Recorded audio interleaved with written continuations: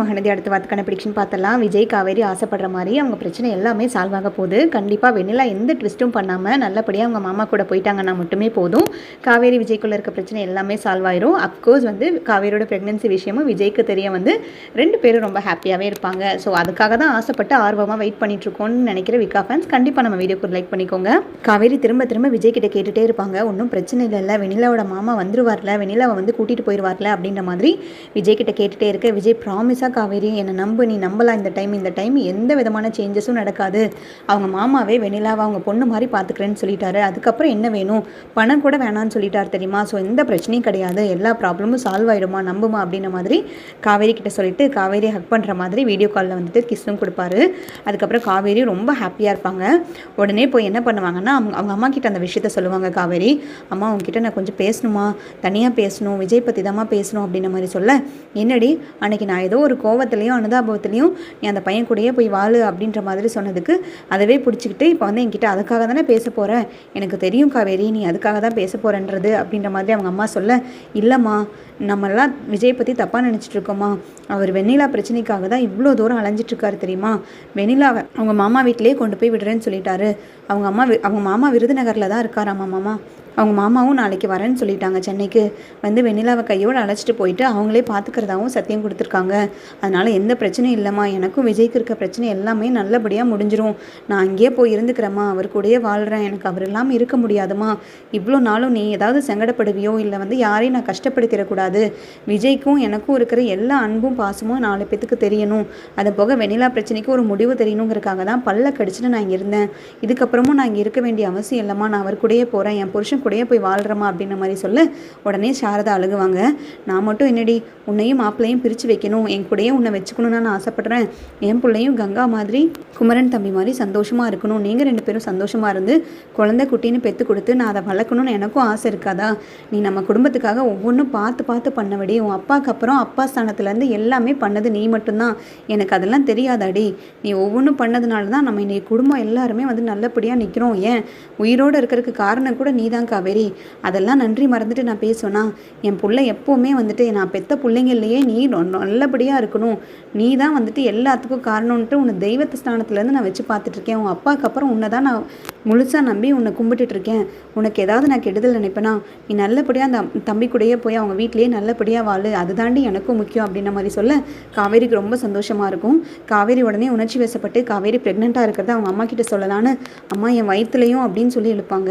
உடனே அவங்க அம்மா கேட்பாங்க, என்னடி வயிற்றுல அப்படின்ற மாதிரி கேட்க, இல்லைம்மா ஒன்றும் இல்லை, அக்கா வயிற்றுல குழந்தை வளருதில்ல, அது எவ்வளோ நாளுமா வளரும், எப்படிமா இருக்கும் அதெல்லாம் அப்படின்ற மாதிரி கேட்க, என்னடி இது சின்ன புலத்தனமாக பேசிகிட்டு இருக்கு, கல்யாணமாகி 1 வருஷம் குடும்பமும் நடத்திட்டேன், வயிற்றுல எப்படி குழந்தை வளரும், வயிற்றுல குழந்தை என்ன பண்ணிகிட்ருக்கோம்லாம் கேட்குறா பாரு கூறு கிட்டத்தனமா, போடி போய் வேலையை பாரு அப்படின்ற மாதிரி அவங்க அம்மா சொல்லிட்டு போயிடுவாங்க.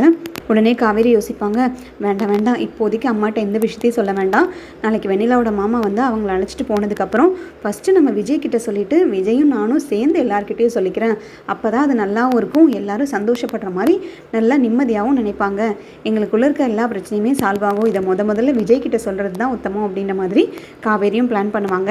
அதுக்கப்புறம் கடைசியாக அடுத்த நாள் விடிஞ்சதுமே விஜய் கால் பண்ண ஆரம்பிச்சிருவார் அவங்க மாமாவுக்கு. அவங்க மாமா முன்னாடி நாள் நைட்டே விருதுநகர்லேருந்து பஸ் ஏறி இருப்பார்.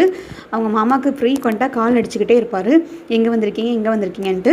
ஸோ அவரும் இன்னும் 2 ஹவர்ஸில் நான் சென்னைக்கு ரீச் ஆயிடுவேன் தம்பி, உங்கள் வீட்டோட அட்ரஸ் மட்டும் அனுப்பி வைங்க, நான் வந்துடுறேன் கேப் பிடிச்சி அப்படின்ற மாதிரி சொல்ல, உடனே விஜய் சொல்லுவார், இல்லைங்க வேண்டாம், நானே உங்களை கூட்டிகிட்டு வந்துக்கிறேன், ஒன்றும் பிரச்சனை கிடையாது, நீங்கள் எனக்காக இவ்வளோ தூரம் சிரமப்பட்டு வரீங்க, இது கூட நான் பண்ண மாட்டேனா அப்படின்ற மாதிரி சொல்லிவிட்டு ஃபோனை வச்சிருவார். கரெக்டாக 2 ஹவர்ஸில் திரும்பி கால் பண்ணது விஜயோட மாமா பஸ் ஸ்டாண்டுக்கு வந்திருப்பார். ஸோ விஜயும் போய் அழைச்சிக்கிட்டு விஜய் வீட்டுக்கு அவங்க மாமாவை கூட்டிகிட்டு வந்துடுவார். வெண்ணிலாவை பார்த்ததுமே விஜய் தள்ளி விட்டுட்டு அவங்க மாமா ஓடி போய் வெண்ணிலாவை கட்டி பிடிப்பாங்க. பட் வெண்ணிலாவுக்கு ஸ்டார்டிங்கில் ஏதோ அவங்க மாமாவை ஞாபகம் இல்லாத மாதிரி ஒரு ரியாக்ஷன் கொடுப்பாங்க. அதுக்கப்புறம் நான் தாம்மா உன் மாமா, உன் தாய் மாமா, உன் அம்மாவோட அண்ணம்மா, என்னை மறந்துக்கிட்டியா, என்னம்மா வெண்ணிலா எப்படி இருக்க அப்படின்ற மாதிரி கேட்க, ஆமாம் மாமா, ஆமாம் நீங்கள் எப்படி இருக்கீங்க மாமா, அப்பா அம்மா எல்லாருமே என்னை விட்டுட்டு போயிட்டாங்க தெரியுமா, இவ்வளோ வருஷம் நான் எவ்வளோ கஷ்டப்பட்டுட்டு இருந்தேன் தெரியுமா, பார்த்தீங்களா இங்கே நிற்கிறாருல அவர் தான் என்னோட விஜய், அவர் தான் என்னை இவ்வளோ இவ்வளோ தூரம் இங்கே கூட்டிகிட்டு வந்து எல்லாமே சரிப்படுத்தி எனக்காக ஒவ்வொன்றும் பார்த்து பார்த்து பண்ணிக்கிட்டு இருக்காரு மாமா. நான் இங்கே இருக்கும்போது தான் சந்தோஷமாக இருக்கேன் மாமா அப்படின்ற மாதிரி வெண்ணிலா சொல்ல, உடனே அவங்க மாமா சொல்லுவாங்க, சரிம்மா இங்கே நல்லபடியாக சந்தோஷமாக இருந்தேன், இந்த தம்பி உன்னை நல்லபடியாக பார்த்துட்டாங்கல்ல, எல்லாமே குணப்படுத்தியும் கொடுத்துட்டாங்கல்ல, இதுக்கு மேலேயும் இங்கேயே இருந்து அவங்களுக்கெல்லாம் நீ தொந்தரவாக இருக்கக்கூடாதுமா அப்படின்ற மாதிரி வெண்ணிலாவுக்கு சொல்ல, உடனே வெண்ணிலா வந்து சுதாரிச்சிருவாங்க. விஜய் வந்து ஏதோ ஒரு பிளான் பண்ணி தான் மாமாவை இங்கே வர வச்சிருக்காரு, மாமா வந்து என்னை கையோடு கூட்டிகிட்டு போனாலும் கூட்டிகிட்டு போயிடுவார் அப்படின்ற மாதிரி பிளான் பண்ணிட்டு உடனே மயக்கம் போடுற மாதிரி ஒரு ஆக்டிங் பண்ணுவாங்க. மயக்கம் போட்டதுமே சிஸ்டர் ஓடி வந்து ரூம்குள்ளே கூட்டிகிட்டு போய் ஆஸ் யூஷுவல் வந்து ட்ரீட்மெண்ட் கொடுக்க ஆரம்பிச்சிருவாங்க. உடனே வெண்ணிலாவோட மாமா கேட்பாங்க, என்ன தம்பி என்ன ஆச்சு, ஏன் இப்போ திடீர்னு இவன் மயக்கம் போட்டு விழுகிறா அப்படின்ற மாதிரி கேட்க, ஒன்றும் இல்லைங்க, அவள் அடிக்கடி அப்படி தான் மயக்கம் போட்டு விழுகிறா, அவள் ஏதாவது ரொம்ப யோசிச்சானா இல்லை எதையாவது நினச்சி ஃபீல் பண்ணானா ஆட்டோமேட்டிக்காக ஒரு மயக்கம் மாதிரி டிஸ்னஸ் மாதிரி வந்துடுது, பட் அது 5 மினிட்ஸில் திரும்பி க்யூர் ஆயிரும், ஒன்றும் பயப்படுற அளவுக்குலாம் கிடையாது, டாக்டருமே வந்துட்டு அவள் கம்ப்ளீட்டாக இப்போ ஆல்ரைட் ஆகிட்டா, ஹெல்த்தியாக இருக்கான்னு சொல்லிட்டாங்க, அதையெல்லாம் நினச்சி நீங்கள் ஒன்றும் வருத்தப்பட வேண்டாம் அப்படின்ற மாதிரி சொல்ல, தாத்தாவும் பாட்டியும் அதே மாதிரி சொல்லுவாங்க, நீங்கள் இங்கே வந்ததே எங்களுக்கு ரொம்ப சந்தோஷங்க, இவ்வளோ தூரம் என் பேரன் வந்து ரொம்ப கஷ்டப்பட்டுட்டான், அவன் பொண்டாட்டியை பிரிஞ்சு அவன் குடும்பத்தில் எல்லாருக்கிட்டையும் வந்து அசிங்கப்பட்டு இவ்வளோ தூரம் வெண்ணிலாக்காக ஒவ்வொன்றும் பார்த்து பண்ணியிருக்கான், அந்த பொண்ணோட ட்ரீட்மெண்ட் செலவு எல்லாத்தையுமே நாங்களே கூட பார்த்துக்குறோம், இனிமேல் ஃபுல்லாக எவ்வளோ பணம் வேணும்னாலும் நீங்கள் எங்ககிட்ட தாராளமாக கேட்கலாம் அப்படின்ற மாதிரி சொல்ல, அதெல்லாம் எதுக்குங்க ஐயா, என் மருமகளை நான் பார்த்துக்கிறதுக்கு நான் எதுக்கு உங்ககிட்ட காசு வாங்கணும், என் மருமக என் கூட வந்தாலே போதும், என் தங்கச்சி என் கூட வந்த மாதிரி அர்த்தம் அப்படின்ற மாதிரி சொல்லிட்டு வெண்ணிலாக்காக வெயிட் பண்ணிட்டுருப்பாரு. வெண்ணிலாவுக்கு ஒரு 5-10 மினிட்ஸில் வந்துட்டு க்யூர் ஆன மாதிரி திருப்பி எந்திரிச்சிருவாங்க. எந்திரிச்சதுமே வந்துட்டு உடனே வெண்ணிலாவோட மாமா கிட்ட வந்து, நீ எதுக்கு இங்கே வந்த, நீ எதுக்கு என்னை பார்க்க வந்த, முதல்ல இந்த வீட்டை விட்டு வெளியில் கிளம்பு, நான் உன் கூட வரமாட்டேன், நான் உன் கூட வந்துட்டு கண்டிப்பாக வரமாட்டேன், நான் விஜயை கல்யாணம் பண்ணி இந்த வீட்டில் தான் சந்தோஷமாக இருக்க போகிறேன், உனக்கு ஏற்கனவே தெரியும்ல, அம்மா சொல்லியிருக்காங்கல்ல, நானும் விஜயும் லவ் பண்ணுது, நாங்கள் 2 பேரும் சேர்ந்து எப்படி சந்தோஷமாக வாழ்ந்தோங்கிறது எல்லாமே, நான் விஜயை கல்யாணம் பண்ணி நான் விஜய் கிட்ட தான் இருக்க போகிறேன், நீ வீட்டை விட்டு கிளம்பு முதல்ல அப்படின்ற மாதிரி சொல்ல, உடனே வெண்ணிலா மாமாவுக்கு என்ன பண்ணுறதுனே தெரியாது, ஒரு மாதிரி ஓரமாக போய் தலையில் கை வச்சுட்டு உட்காந்துருவார். என்ன தம்பி இவ இப்படியெல்லாம் பேசிகிட்டு இருக்கா, எனக்கு எப்படி தம்பி இவளை வந்து ஃபோர்ஸ் பண்ணி கூட்டிகிட்டு போக முடியும், கட்டாயப்படுத்தி ஒரு பொண்ணை அழைச்சிட்டு போகிறதெல்லாம் சாத்தியமே இல்லைல்ல தம்பி, எனக்கு என்ன பண்ணுறதுனே தெரியல, உங்கள் பேச்சையும் உங்களோட வார்த்தையும் மதித்து தான் நான் இங்கே வந்தேன் அவ்வளோ தூரத்துலேருந்து, பட் இந்த பொண்ணுக்கு விருப்பமே இல்லாத மாதிரி பேசுது, நான் இப்போ என்ன பண்ணுறது, வெண்ணிலா நீ பேசுகிறது தப்புமா, அவருக்கும் வந்து கல்யாணம் ஆகி குடும்பம்னு ஒன்று இருக்குது, இப்போ நீ அவர் குடும்பத்துக்குள்ளே ஒரு குழப்பமாக வந்து நிற்கிறது தப்பு தானே, தயவு செய்து புரிஞ்சுக்கமா அப்படின்ற மாதிரி வெண்ணிலாவுக்கு அட்வைஸ் பண்ண, உங்களுக்கு என்ன தெரியும், எனக்கும் விஜய்க்கும் ஏற்கனவே கல்யாணம் ஆகிடுச்சு, ஏற்கனவே கல்யாணம் ஆகி நாங்கள் 2 பேரும் புருஷ முன்னாட்டியாக தான் சந்தோஷமாக வாழ்ந்துட்டு இருந்தோம், அதுக்கு இடையில ஒரு சின்ன பிரச்சனைனால தான் நாங்கள் 2 பேரும் பிரிய வேண்டியதாச்சு, அதன் போக எனக்கு எதுவுமே தெரியாதுன்னு நினச்சிட்டு இருக்கீங்களா, அவருக்கு கல்யாணம் ஆயிடுச்சுன்னு சொல்லிட்டு இருக்காருல, அது நிஜ கல்யாணமான்னு முதல்ல கேளுங்க, அவள் காவேரி கல்யாணம் பண்ணது கான்ட்ராக்டில் தான் கல்யாணம் பண்ணியிருக்காரு, 1 வருஷம் கான்ட்ராக்ட் முடிஞ்சதும் அந்த காவேரியும் இந்த வீட்டை விட்டு வெளியில் போயிட்டா, இது எல்லாமே எனக்கு தெரியும் அப்படின்ற மாதிரி சொல்ல, உடனே விஜய்க்கு தாத்தா பாட்டிக்கு எல்லாத்துக்குமே தூக்கி வாரி போட்டுரும். கண்டிப்பாக அவங்களுமே கெஸ் பண்ணிடுவாங்க, இது எல்லாமே ராகினி பார்த்த வேலை தான், ராகினிக்கு இதில் முழு சம்மந்தம் இருக்குது, வெண்ணிலாவை இந்த அளவுக்கு ட்விஸ்ட் பண்ணி விட்டு குழப்பி விட்டதே ராகினியாக தான் இருக்கும் அப்படின்ற மாதிரி தாத்தா ராகினி மேலே பயங்கர கோவப்படுவார்.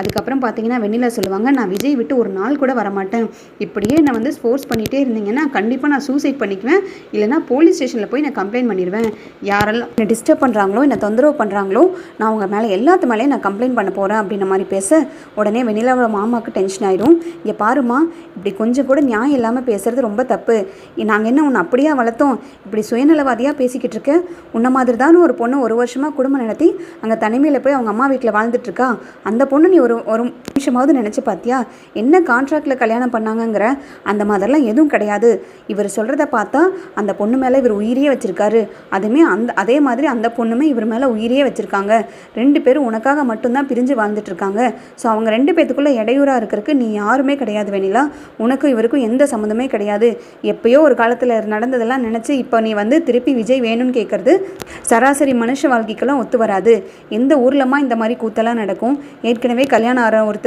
பொண்டாட்டி இருக்கும்போது நீ கல்யாணம் பண்ணிக்கிறேன்னு சொல்கிற, குடும்பம் நடத்துகிறேன்னு சொல்கிற, இதெல்லாம் யாருமே ஏற்றுக்கவும் மாட்டாங்க, நடைமுறைக்கும் ஒத்து வராது, நீ மரியாதையாக கிளம்பி என் கூட வா, நான் உன்னை பார்த்துக்கிறேன் அப்படின்ற மாதிரி சொல்ல, நான் அனாதை ஆசிரமத்துக்கு போவனே தவிர உங்கள் கூட வரமாட்டேன், உங்கள் கூட கண்டிப்பாக வரமாட்டேன், அந்த கிராமத்தில் வந்து வந்து என்னால் இருக்க முடியாது.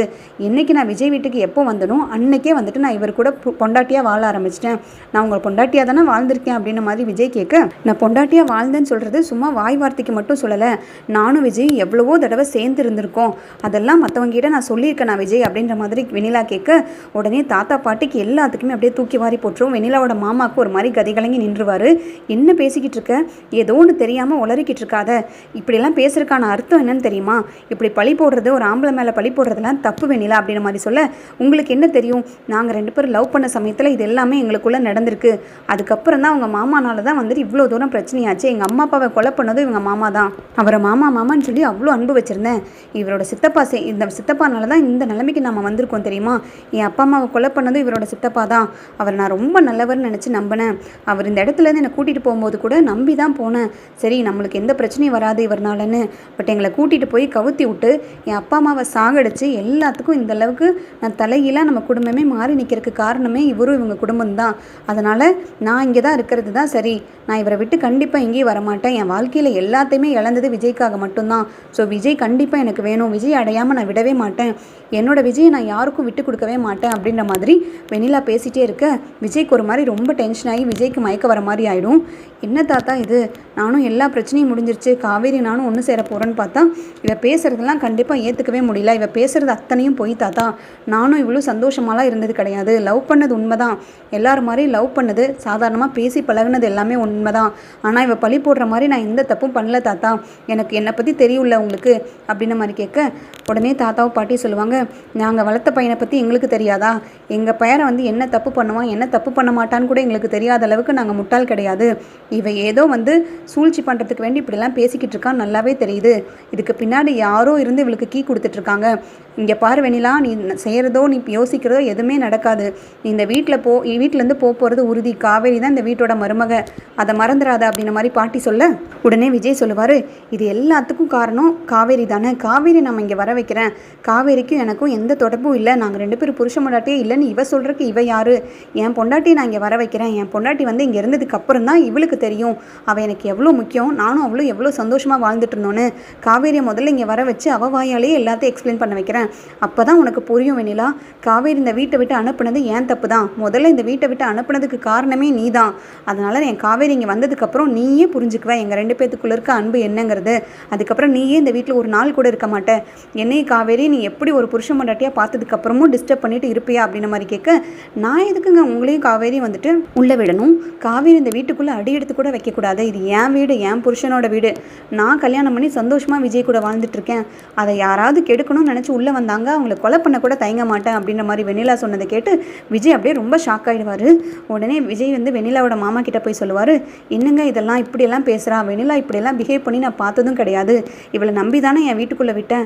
இப்போ எதுக்குமே ஒத்துழைக்காமல் பேசுகிறது எனக்கு ஒன்றுமே புரியல. என்னால் எந்த முடிவு எடுக்க முடியாமல் இப்படி நிற்கிறேன். நீங்கள் தாங்க ஒரு பதில் சொல்லணும் அப்படின்ற மாதிரி வெண்ணிலா மாமா கிட்ட கேட்க, இதை நம்ம யோசிச்சு தான் தம்பி முடிவெடுக்கணும். இவ இப்படி பண்ணிட்டு இருந்தானா எப்படி இந்த மாதிரி ஃபோர்ஸ் பண்ணி கூட்டிகிட்டு போக முடியும் ஒரு பொம்பளை பிள்ளைய?